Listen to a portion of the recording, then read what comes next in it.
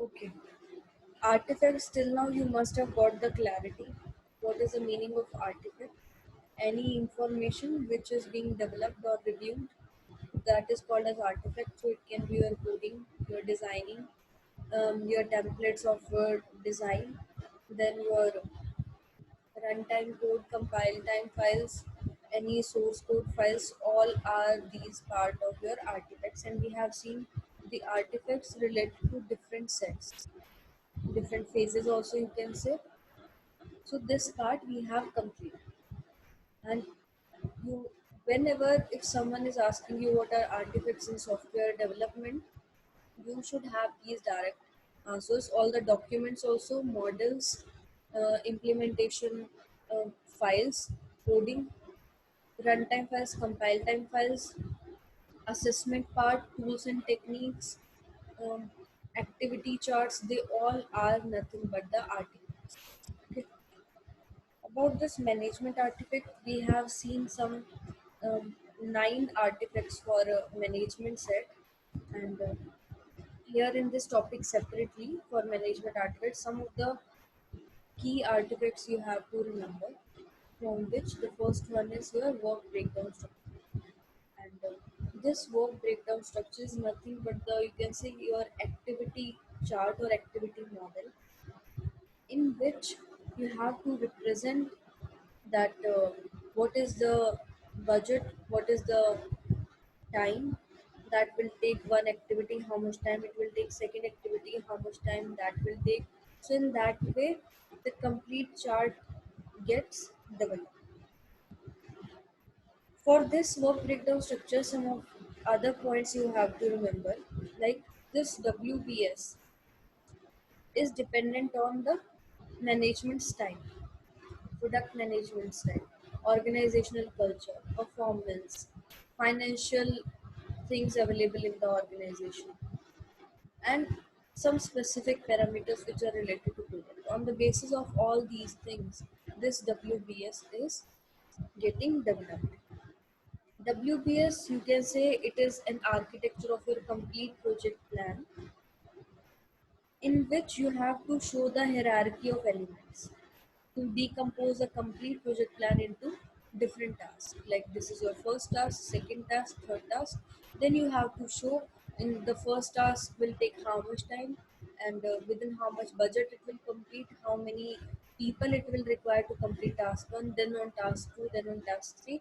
And if some the complete project is comprises of as many tasks, you have to do that for all the tasks.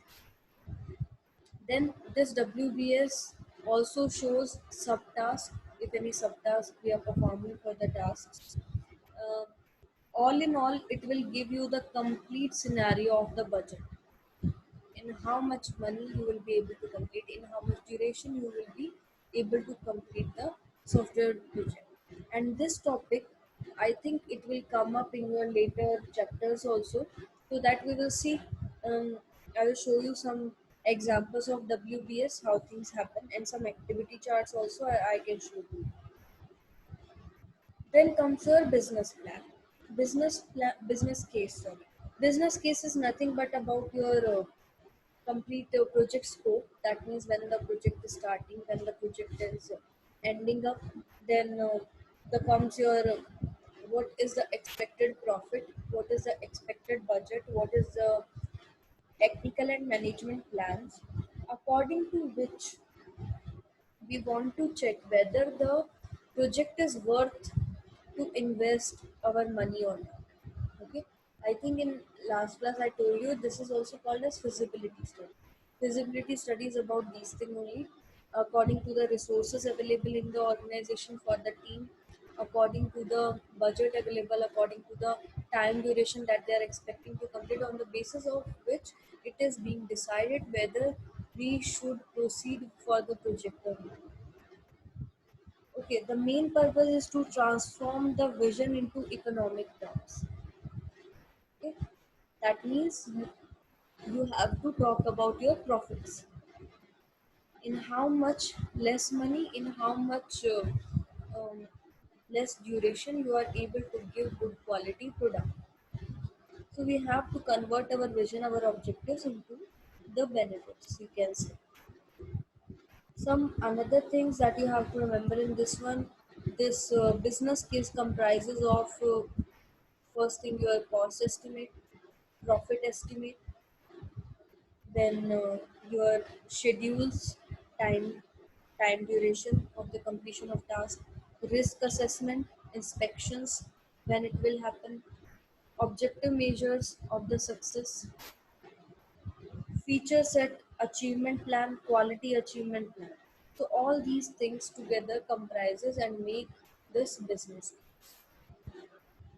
Okay, remember some of the points, but the meaning should be clear to you what we are talking. Then comes your release specifications. That is another artifact. This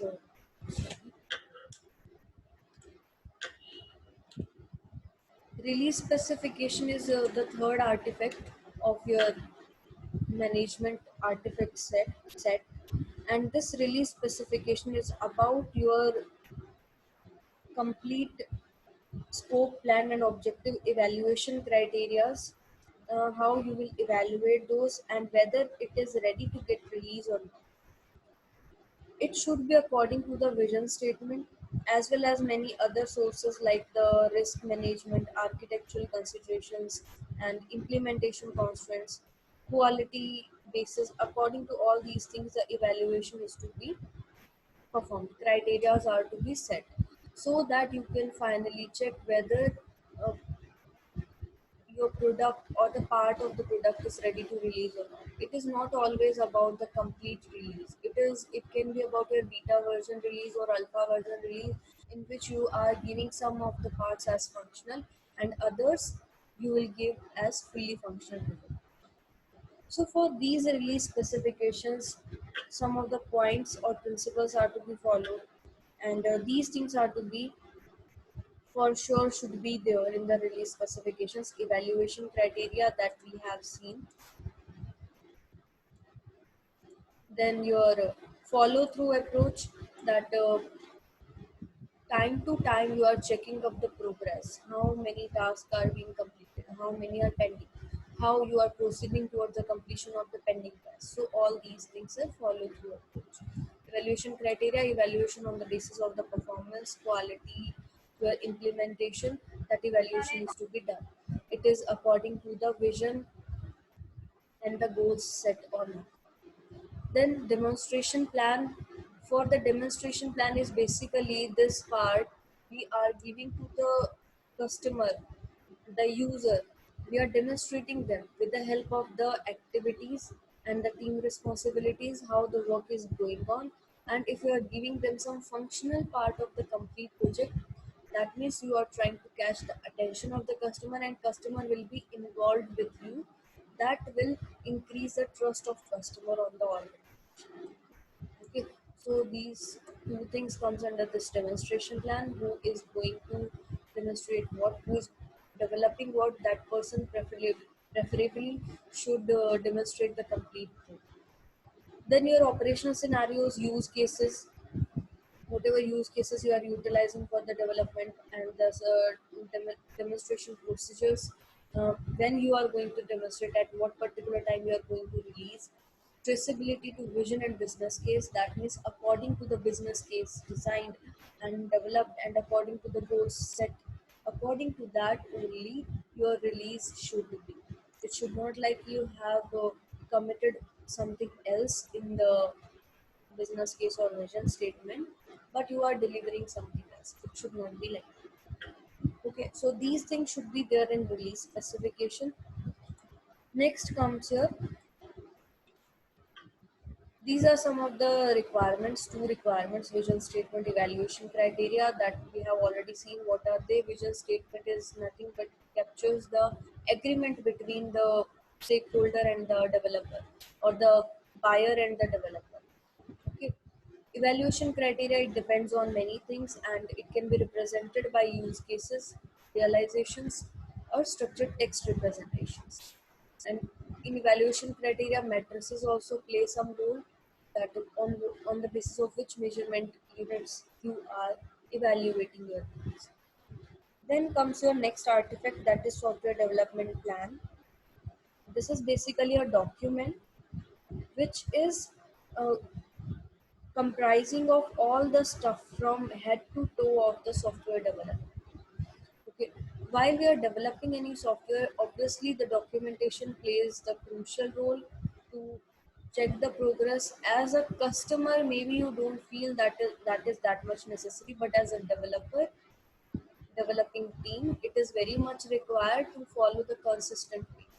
So that development plan SDP, it elaborates the complete process framework into a fully detailed plan, a complete plan from your context, the scope and objectives of the project, then to your life cycle phases, your artifacts, your checkpoints, your major and minor milestones, then your improvement procedures, then your automation processes, allocation of resources, performance control, change management, all these things. And then also comes your standards and procedures that you have followed, release plans, human resources, organizational staff, training plans. All these things should be documented in this software development. That together makes your development. So it is a defining document for project's progress, and it must comply with contract. It should be according to the vision and objectives. Contract means your vision statement. And here you are committing to your customer something. So whatever plan you are making, whatever in your design, in your coding, in your process improvement, those basic objectives that are being set in the agreement, they should not lose. Okay, comply with the organization standards, evolve along with design and requirement. So this is your software development plan that you have to remember. Some points, if you will be able to remember, that will be enough. Then comes your deployment. Deployment is about your, we are going to deploy, we are going to deliver, and this deployment here in this term, it comes under that it could include some documents for the deployment purpose, which shows some the manuals, user manual, installation manuals, plans and procedures, who is going to be on that field work during the launch, who is going to elaborate things during the launch, what the project is all about, what you have to do. So that is your deployment.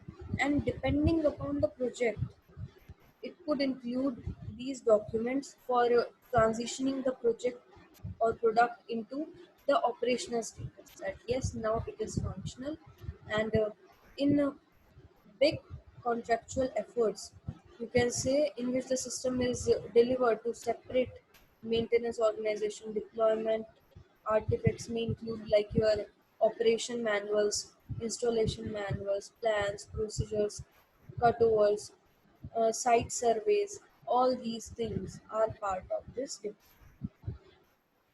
Last is your environment. And when we are talking about environment in any software organization, that means we are talking about tools and techniques that is being utilized, and in which the requirement management happens, visual modeling happens, document automation happens, and the more focus goes on the automation of the process. So this environment part, in which the key point is to provide a robust, integrated development environment which supports automation for the development process. It should be there. So, what kind of tools you are utilizing? Whether it is just source code development, it is just coding based, or it is component based also. So that will help to reduce your time, and that gives a more efficient environment to work with. Okay. Any other stuff for environment? Common theme for successful software projects is to hire good people and provide them good tools to accomplish their jobs. So that's why the complete scene in the market is about being skillful. Not on everything, but on at least one thing you should be interested, and you should get expertise on that gradually, not in one go. Like if you are starting right now, you are going to sit in your placements right now, you are preparing for some languages, you are preparing for your aptitude reasoning and all this stuff you are making strong. Yes, so gradually if you will be on the consistent pace, definitely there will be an improvement and you will feel it by yourself, your improved work. Okay, then comes, this is your environment. So these are your what do we say, the management architects that you have to remember. Now I'm moving to next slide. That is, next that we have to discuss is engineering artifacts. So what are these engineering artifacts? And in this particular topic of engineering artifacts, two three topics you have to remember. First one is your vision document, then your architecture description, and third one is your software user manual. Okay? So these are engineering artifacts that we have to remember. So in this one, first one comes up is your vision document. Yes. So this vision document, it supports contract between funding authority and development organization. Same thing we have seen in last slide also. It is a contract between the buyer and the developer. So that vision document comprises of several things that should be there, and it is written from the perspective of the user, which focus on the essential features of the system. At least two appendices it should have. First appendix should describe the operational concept, utilizing your use cases, your operational concepts, and second one is your the risk inherent in the vision state. Okay, so these two things, first is use case and risk inherency, or that should be there within the vision document. Some another stuff also is required in that document that I have to discuss with you. So it depends on whether the project is large, small, medium size, but every project will have, according to the size and according to the resources, will have its own vision document. Okay, every project will have that vision document, and in that document the project vision is to meant to be, like you can say, it should be changeable if any changes are happening in requirements, architecture or plans and technology, so it should be that much flexible. And some of the things that it should have, that is your quality attributes on the basis of which you are promising to your customer that we will maintain the quality and will provide we will deliver a good product to you. Evolutionary things like your use cases and your tolerance acceptance criterias, and if any external interfaces are there, external third parties involved, then about them required constants should be mentioned in this your vision document. Okay, so that is your vision document. This much you have to remember and this much you have to understand about it. What is vision document? Some of the key points like your quality attributes, feature sets, external interfaces, third parties, um, use cases, acceptance criterias, and your desired freedoms, change management is there or not. All these things together make one vision document. And on the basis of all these things, when you are providing all these things as a document, as a contract, because contract comprises of some things written in it, then when it goes to the customer or the stakeholder, then on the basis of that document they sign this agreement, contract between the buyer and the developer. This second one is your architecture description. So this architecture description is about your model. We are talking about the model, or you can say it is a subset of your design model, architecture description. And this architecture description comprises of some points, some things that we have to remember. It's overview, views, different types of views that you have to embed in the architecture. Those things will come out that I will show you. But this architecture description is basically for the purpose of providing an organized view of your software architecture, software development. It includes views of design, implementation, deployment sets, which become sufficient to understand how the concept of the requirement set, how the concept of the uh, requirements will be achieved. Okay.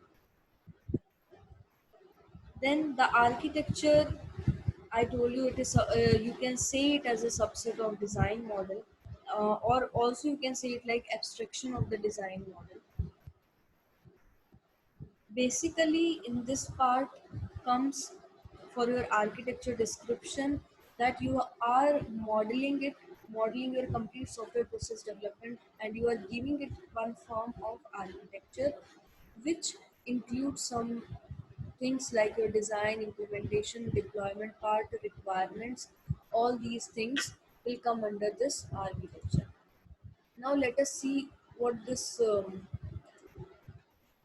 architecture contains. Some outline you have to remember in this one, and this outline is your architecture overview, in which objectives, different required constraints, freedoms, whether changes are feasible or not according to the things done. All these things should be documented, all these things should be modeled in the art.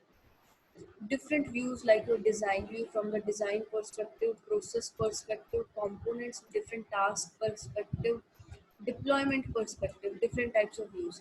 If you can remember your DBMS subject, I will give you this example to you.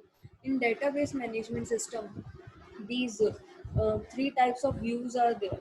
External view, according to the authorities who is able to view what.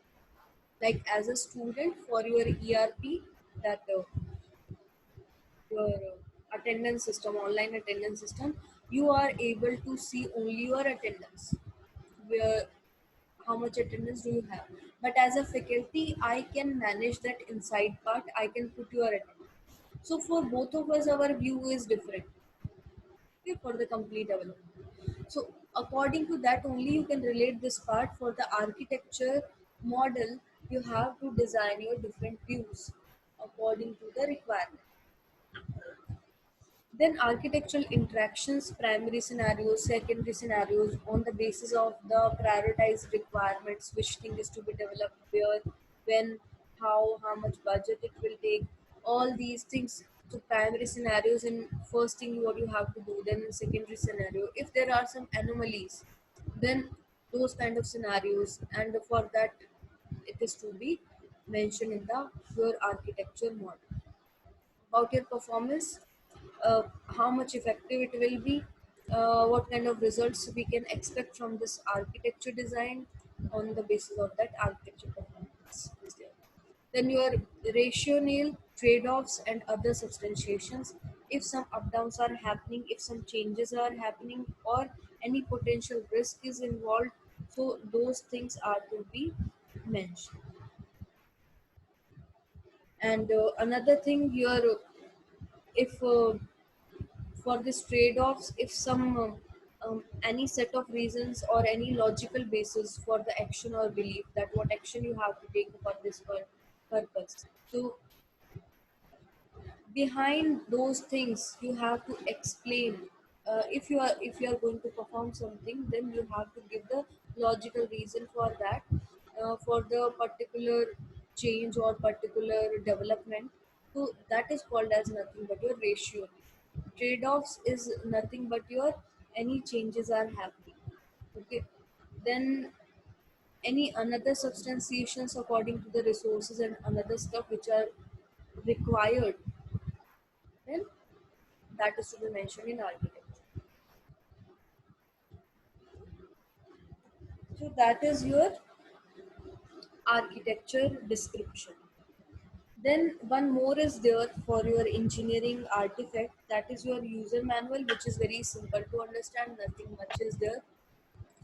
User manual is about providing the complete installation procedure, guidance, and operational constraints, any another interface descriptions, whichever required when you are delivering the project or product to the customer, how to operate on this product or project on this. If you are giving some website, then in your websites also, in your browsers also, if you there is always a column of help which contains the complete description of all the things that is embedded into that particular project or product.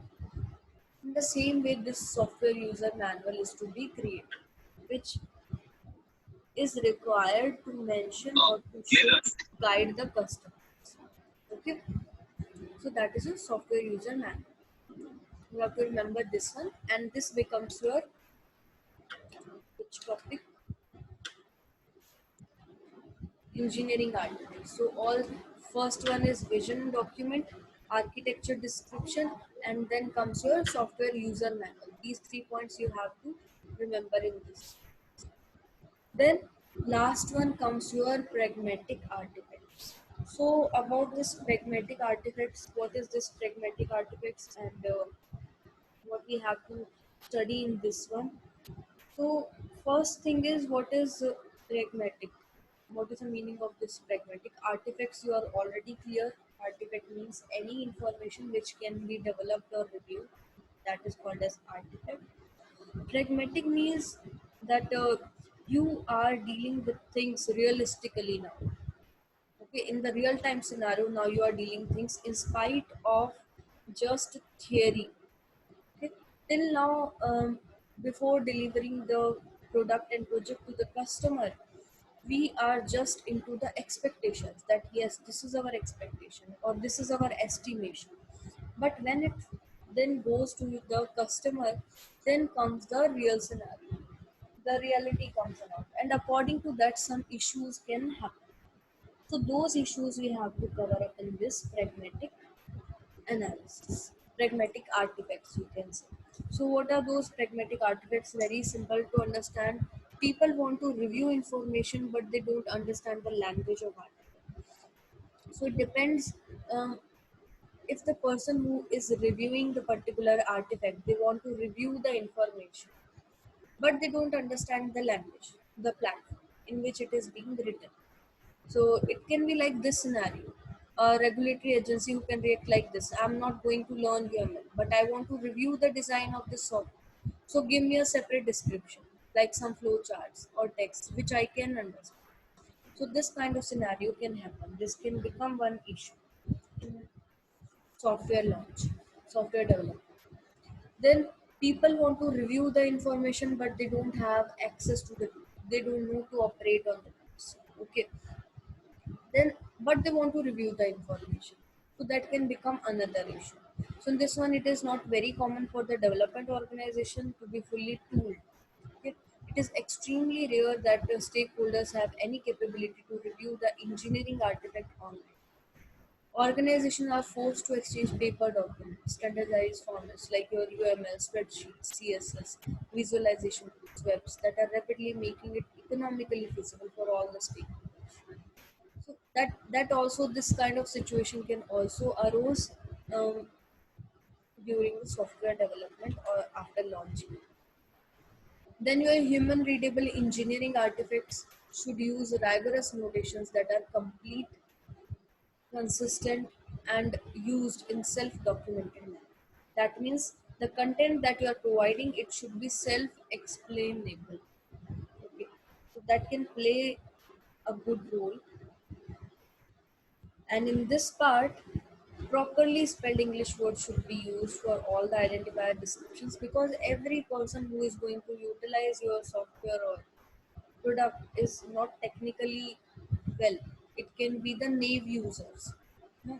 In DBMS, we utilize this term, naive users. Naive users are those ones who are not technical, who are not from any technical background, but they are going to utilize your product. Then, for that purpose, your document should be self-explaining. So for this rigorous notations means you have to provide extremely careful, extremely thorough notations, which are strictly applied to that, that are complete, consistent. Then comes your useful documentation is self-defined. It is documentation that gets used. So that means nothing else. You have to make your document which is self-defined, which is explaining everything. Last one is paper is tangible. Electronic artifacts are too easy to change. That means online and web-based artifacts can be changed easily and are viewed with more skepticism because of their inherent volatility. Uh, so, what is the meaning of this one? Paper is tangible. So, what is the meaning of tangible here in this particular aspect? That means you can say the it can change. Okay, it can change. That you can say. Perceptible, a thing which can be almost can be neglected and it can be changed. That you have to remember. Paper is tangible. Electronic artifacts are too easy to change.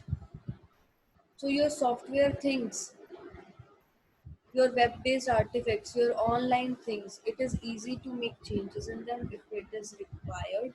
And one more thing came over here in this particular topic. So this is last thing we are discussing. Then we'll wind up this session. And any how this meeting is going to end up very soon. So let me just tell you this one. This thing that is written over here, viewed with more skepticism because of their inherent volatility. So it can be seen as a doubt to the okay. That means something which claims that things which are treated with skepticism means we are watching them with a perception of doubt, whether we can rely on it or not, or because of their volatility, inherent volatility. But there is nothing bad about it. We can change it if it is required. But sometimes situation becomes um, issueable with those things. So we'll continue with this one in next class, pragmatic artifacts, and in next class I will complete your unit number 2. Only one topic is pending, that is last one, modern software artifacts. Okay, so if you are having any doubts, please message me on WhatsApp.